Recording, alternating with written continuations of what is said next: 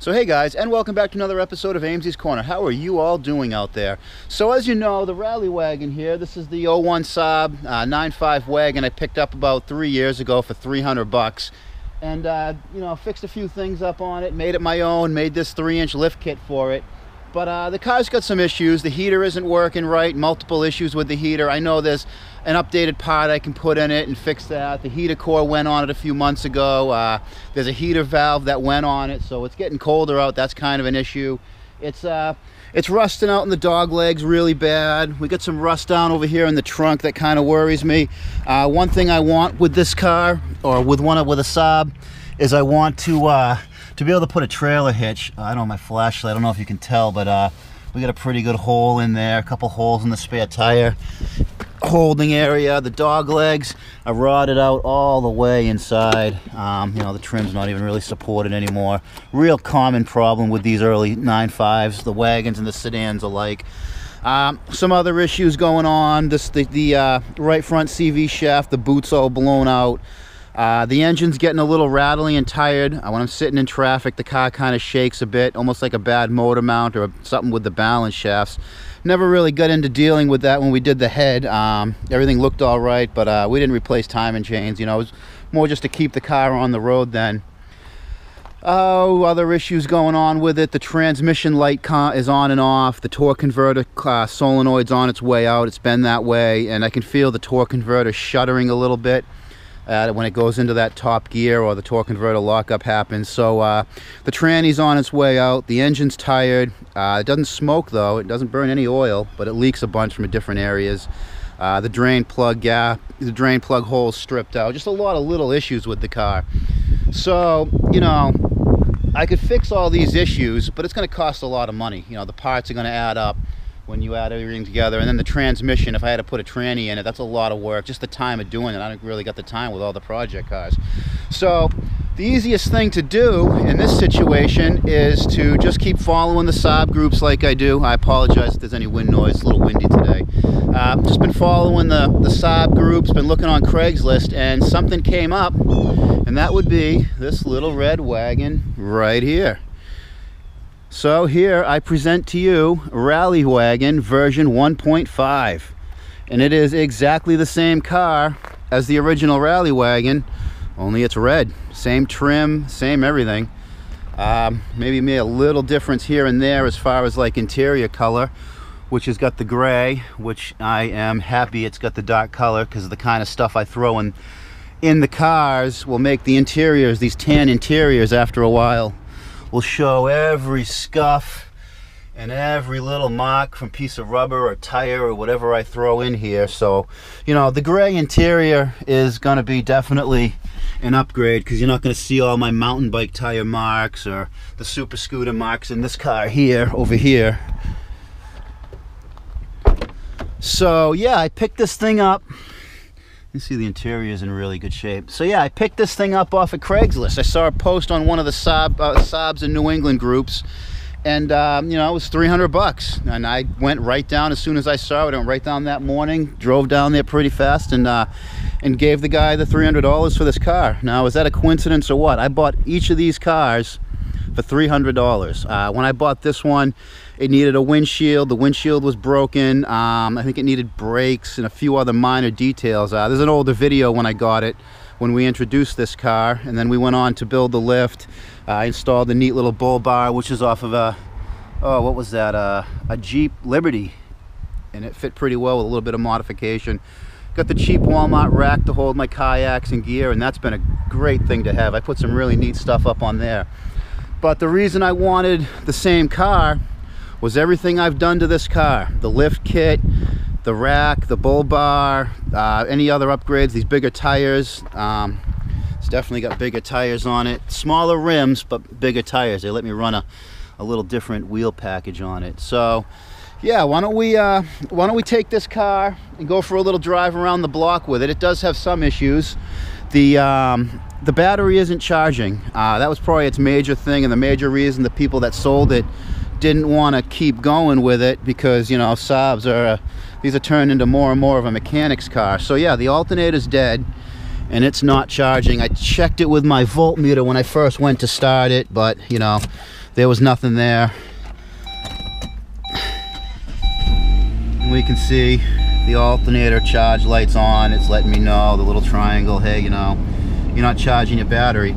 But this car was pretty far away. This car was about, oh, I'd say 60 miles one way to get it back. And I didn't want to pay for a trailer. I didn't want to pay for a tow. So what I did is, if you notice, I've got a cigarette lighter attachment plugged into the cigarette lighter. And if we follow the wires back, it goes to a big deep cycle battery that I'd use for the my remote control electric kayak. Now this is a big battery, and it's just tapped in, back feeding power right to the cigarette lighter to make sure the fuel pump and the ignition system was functional the whole way to get it back to here. I want to thank Volkswagen Nut, another YouTuber, Volkswagen Nut. He actually went up there with me. He drove the RallyWagon back and followed me with the little red wagon, or he followed me and I was in the little red wagon. Let's take a quick look under the hood. Now this car here, I don't know if you noticed when we looked at the dash, has 175,000 miles, and that's it. When that one right there is coming up on 240,000 miles, which is another reason, you know, why put all my time and effort into an older car with a lot more miles, a lot more going to go wrong, and just go to the earlier model. If this was a rarer car, then I would have just kept going with that one, but you can find these for like $300 on Craigslist all day long. It's like kind of a unique way to hold the broken oil fill cap down. It works. So yeah, the alternator isn't charging. Unfortunately, it's buried down in here, and it doesn't come out right out the top easily, or at least I don't think it does on the 9.5. It would be nice if it did, but I'll have to look into that. We're not going to be getting into that today, though. Today is when I went and looked at the car, it was in a tight spot in the guy's driveway, and I wasn't able to really get under it. So why don't we get this thing in, bring it up on the lift, and see what exactly I got in store for. Alright guys, we got both of these cars up on the lift, and figure let's start the RallyWagon. Let's start with the old before we look at the new, and we'll take a look at everything going on with this car and the reasons why I don't want to continue to save this one. You know, up here looks alright, oil cooler looks okay, and then we get back here, we can see the trannies leaking from not exactly sure where, not a real bad leak.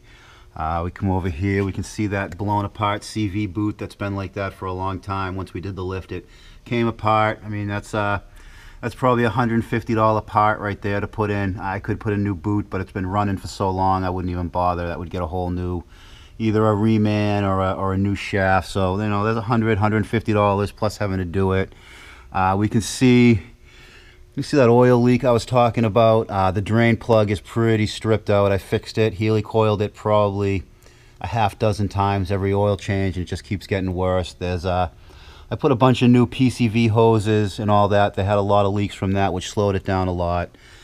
And then we keep coming back. The exhaust is just kind of cobbled together. I had to just kind of throw this thing together one day. I was going to put that pipe we took from the junkyard in it, and it ended up just turning into a big can of worms. And I just threw some straight pipes in there with no flex pipe. I figure it's got the flex pipe up here.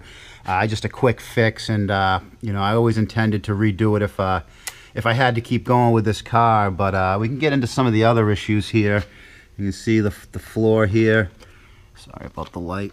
Figure out a way to shine the light on it. And kind of push my hand into the carpet there. Come back here. It's even worse. Bear with me a little bit here, you know.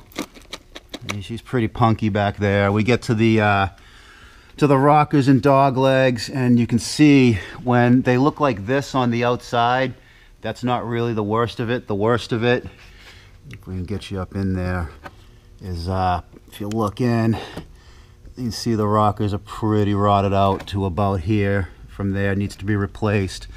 And it's the same deal on the other side. It might even actually be a little worse over here. Get the light on it so you can really appreciate. Yeah, you can see it, how it's all rotted out. There's really nothing home in there. So you got those issues. Same thing, it's starting to kind of be poking through there. And then we come back here and we can see, like I was saying, there's the spare tire. You can see it. This is all pretty much just rotted out all the seam is pretty much rotted out, and you know, it's already got holes in it. So that's something I would have to fix. All the rust work, the CV shaft, the oil leaks, the other issues with the heater box. It comes up to being a lot more than $300 worth of parts, and then the labor to do it all is just you know, kind of knocks it away and makes it so that the original RallyWagon here has been a really good car for $300, but I think the red wagon is going to be an even better deal with, you know, 50,000 fewer miles on it. But yeah, all in all, it's been good. Everything on this will swap over. We got the SPC Camber Links here. Those kept the wheels pointing where I needed them to point with this 3-inch lift kit. We can see the adjusters I use. I actually have another 1/2 inch which we're going to use. I'm going to actually max those out on the other car because I think the back could have come up a little higher on this one. So yeah, when you add everything up, it just makes sense to move on to a fresher unit, a newer unit. And everything I put on here I can swap over in a day. We just put the new brand spanking new pads and rotors on the front. It's got rather recent rear brakes, but I bought the gold version of the brakes, so they have a lifetime warranty, which we're just going to swap over to the new car with that lifetime warranty. The rear brakes are going to be really important. I'll show you in a moment. And then the Flowmaster muffler, I'll probably reuse this one. I'll just cut it off and weld it on that one because I really like the Flowmaster sound, and probably put a better tailpipe. That was, again, an afterthought just to get this thing going down the road. So yeah, why don't we put this one up, because I have yet to see under this thing. You guys are going to be looking at it for the first time along with me to see what we bought. This thing could be even rustier underneath than that one, and then what am I going to do? But I'd rather fix the rust on a low mile car than, you know.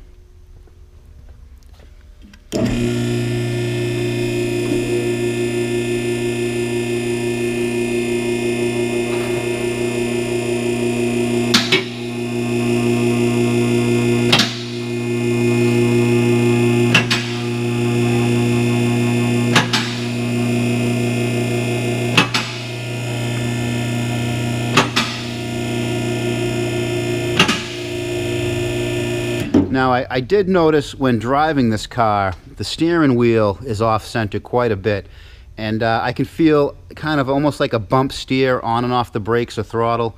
So I'm going to take a second and just wiggle the front end, see if anything's really loose like a tie rod end. This side feels nice and tight. Let's check the other side. No, it feels all tight. Might just need an alignment.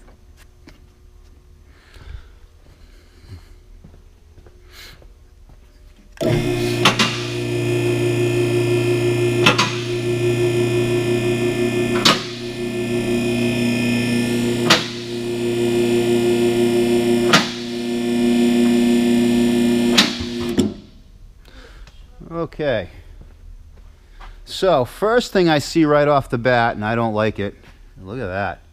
That would be the engine oil cooler right there. Looks like they got hung up on some curb or something and pretty near ripped it apart, but not leaking at all. But judging by that little mark right there, it's going to rot out and leak right there. So that's something we're going to take off the other car. Looks like you got a little bit of fluid here on the radiator support. I bet you one of the tranny cooler lines is weeping a bit. Oh yeah, those are going to need to be replaced. But these are actually probably in better shape than the old one over there. All those lines in that car are pretty rough. Looks like we got a little oil leaking here. It's clean up there, but dirty up. I wonder if it's just a loose oil filter. Oh yeah, look at that, huh? That helps if those are tight. I'll have to take another turn or two. Well, there's the oil leak taken care of. Interesting. Make sure you tighten your oil filters. They give you the nice grip on these frames. So that's probably where this residual little bit of oil is coming from. Yeah, I mean, usually if it's leaking from up higher, oil has a way of washing things clean from where it comes from. So, cool. I think I just fixed the little oil leak it had. Oh, we can see the CV boot. That CV boot's all good and tight. Nothing going on there. That does not need to be replaced. So, you know, there's $150 plus an hour and a half of work to change right there already, not having to be dealt with. And the brakes, let's take a look.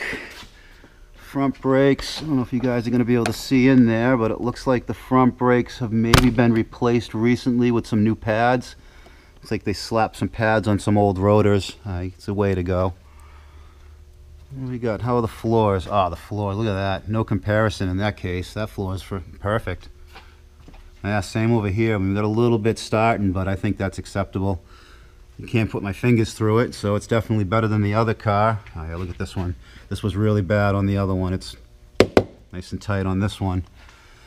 So this thing has a little bit of an exhaust leak. Let me run down. Everything up here looks good on the turbo up there, and this flex pipe looks good. Cat looks good. Here's the flex pipe that I had to delete on the other car because I didn't want to buy it. But it looks like this may be an aftermarket, not real recent, but definitely been replaced. And then the resonator is junk. That's obviously really ugly. But what I like doing on these is just omitting the resonator with just a straight pipe with the Flowmaster. I'd say that's probably my exhaust leak right there. And this center pipe, or this back pipe, looks like it's okay and acceptable. Well, it looks like the muffler is a little rusty, but it's out the door anyway. I see a little bit of a coat hanger and a aftermarket muffler hanger. But the trunk, look at the trunk. Really clean, not a lot of rust on it. No hole poking through. So one thing I want is to have a trailer hitch on the back of this. And on these 9.5s, I believe the trailer hitch bolts into this area, bolts into this little tow hook area, and then comes around and bolts up under the muffler. So this car can definitely handle a trailer hitch. And the other one, as you saw, I wouldn't think I'd want to tow anything with the rear of it. And there's the stock rear suspension. And the car handles well, the shocks dampen well, but we're going to be taking everything right off of the RallyWagon and swapping everything right over. And hopefully all this hardware comes out. I hate how they've got it that way, so I got to drop the whole subframe down to get these two bolts out like I did before. I might actually cut those out and hammer them the other way just so I don't have to do that. I can always just take the bolts off the other car over there. Pretty much everything I need is coming off of the other car. Let's look at these rear brakes. I know when I was driving it, these things were grinding, making an awful lot of noise. And, oh yeah, it looks like metal to metal. There is no brake pad material left on these rear brakes. But I've got the lifetime warranty rear brakes right over in the other bay. Oh yeah, there's no one home. There ain't nothing left in those brakes.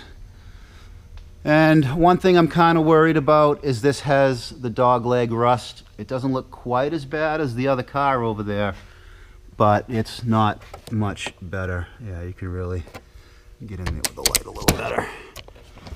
Yeah, we can really see that I'm gonna have to do some metal repair, but it's not as bad as the 96. I did the whole rocker in the 96, so looks like these ends are gonna need to be fabricated. I'll just make these out of whatever steel I got lying around. Maybe I'll cut the roof off another junk vehicle, and maybe we'll cut the rockers off a junk vehicle and make them fit this car. Wouldn't that be a hoot?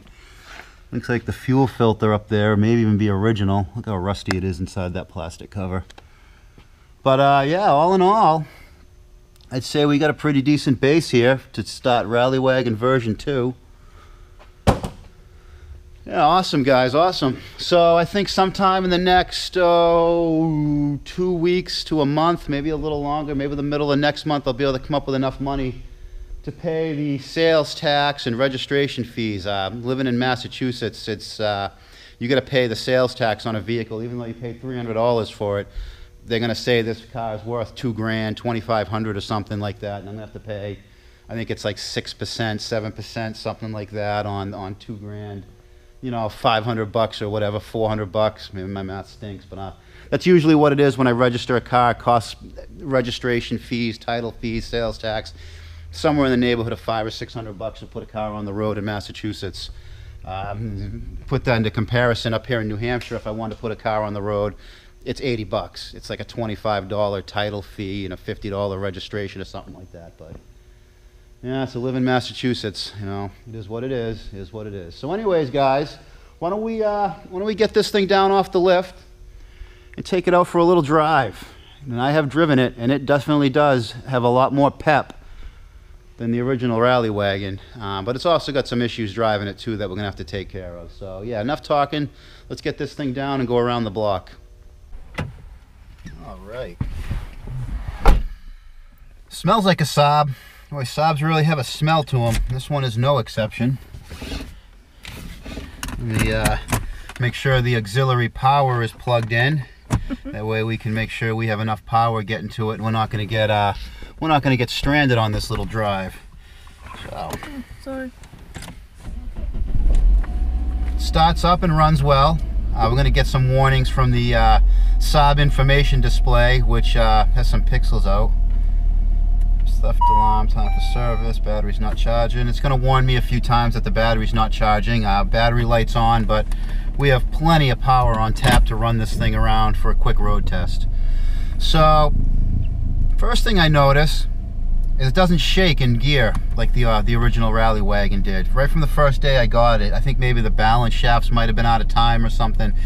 And sitting in traffic, sometimes the whole car would just shake. It was a $300 car, so I didn't really worry all that much about it. So right off, it feels really smooth, real smooth. I hear a little bit of sway bar link noise. One of the sway bar links in the front makes a little bit of noise. Now this car's been sitting, I was told, 3 months. It looks more to me like it's been sitting for a year. This thing must have spent, I think it spent a winter out there. And first thing I noticed, like I mentioned before, the steering wheel, you know, was probably pointing about at 11 o'clock off center, you know. But everything seems tight in the front end. I think that's just an alignment. No shakes or rattles.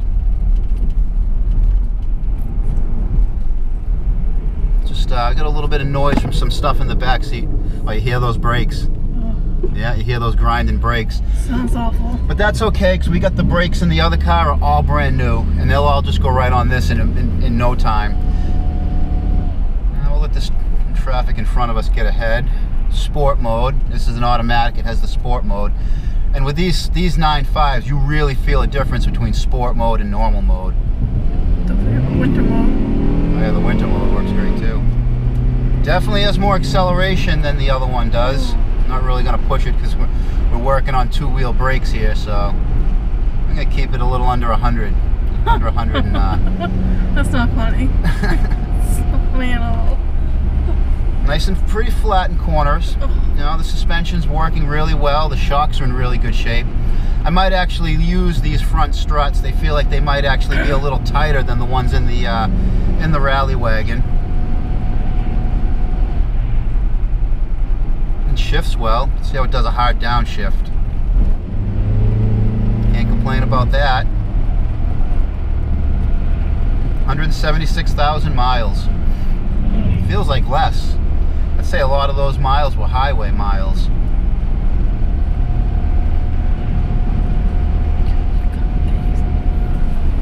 Nice. Feels a lot tighter than the other car, that's for sure.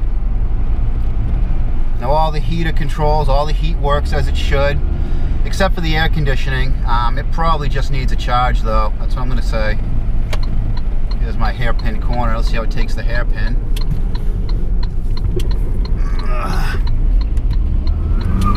Nice. Real flat, little tire squeal.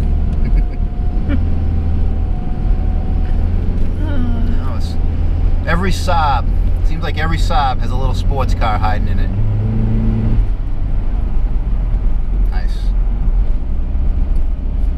Needs a good bath. Yeah, that windshield is nasty. I can't see out the windshield very well.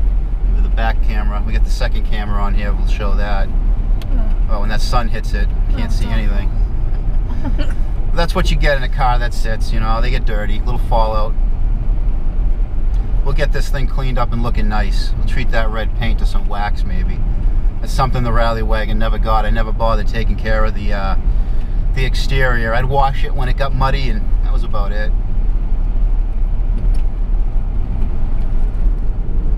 Now the front brakes feel great. Back one's not so much. Back one's not so much. The pocket brake works. Oh. Yeah, works. Oh, good. Needs an adjustment, but we're going to be putting new pads and rotors in the back. So we'll be able to adjust that right up then. So the plan with this car is to put it on the road sometime in the next month. I got to come up with the money along with everything else I got to pay for right now at the moment. So yeah, it might take me a little bit to put this car on the road. And then one Sunday, we'll bring it in up on the lift, just like you saw this one in the RallyWagon next to it. And I'll just go nuts, probably do a live show, and we'll just swap all these parts right over in a day. We'll do it probably in the morning. I think I could swap the 4-wheel suspension and 4-wheel brakes probably in about 3 hours, maybe 4 hours at the most. And then we'll save the roof rack and the push bar for some time later on in the winter. I don't see a lot of need for the roof rack when it snows out. And actually, when you got a lot of snow on the car, those roof racks can be a pain in the butt to clean off, get the snow off. Sorry. So I'm gonna be coming out on the main drag 125, so we'll be able to get up to speed a little bit here and see how she handles that speed. Sport mode, yep. Traction control. Can't complain about that. And we're gonna get on the brakes a little early because there ain't enough of them. So yeah, we got an alignment needs to be done, but that's no problem because when I lift the car, I'm gonna want to do an alignment anyways. And I'll probably use the sway bar links off the other car and these sway bar links, and I'll lengthen them. I've always wanted to add 3 inches to the sway bar links in the front. That's one thing I never got to do with the RallyWagon was correct the sway bar situation. But you guys will remember, if you watched the last video of the car, that thing cornered pretty well the way it was.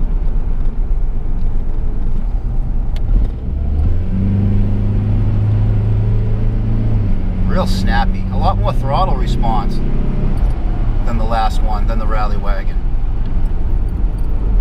Which is interesting considering they're exactly the same year. 01 95 wagons, same trim.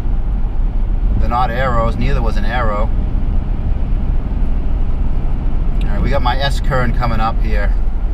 So, here we go.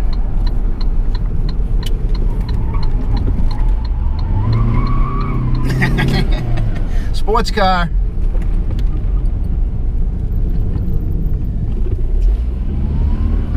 Nice.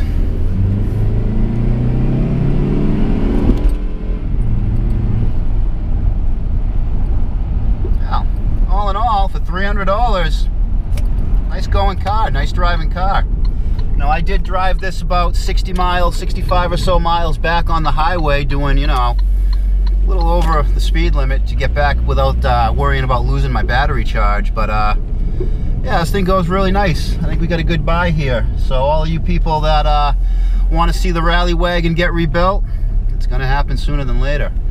Well, anyways, guys, I want to give a quick thank you to all you guys who've been watching the older content I put out lately. You know, I really appreciate it, especially that last what was your first car video. I think that got something like over 100 comments in no time.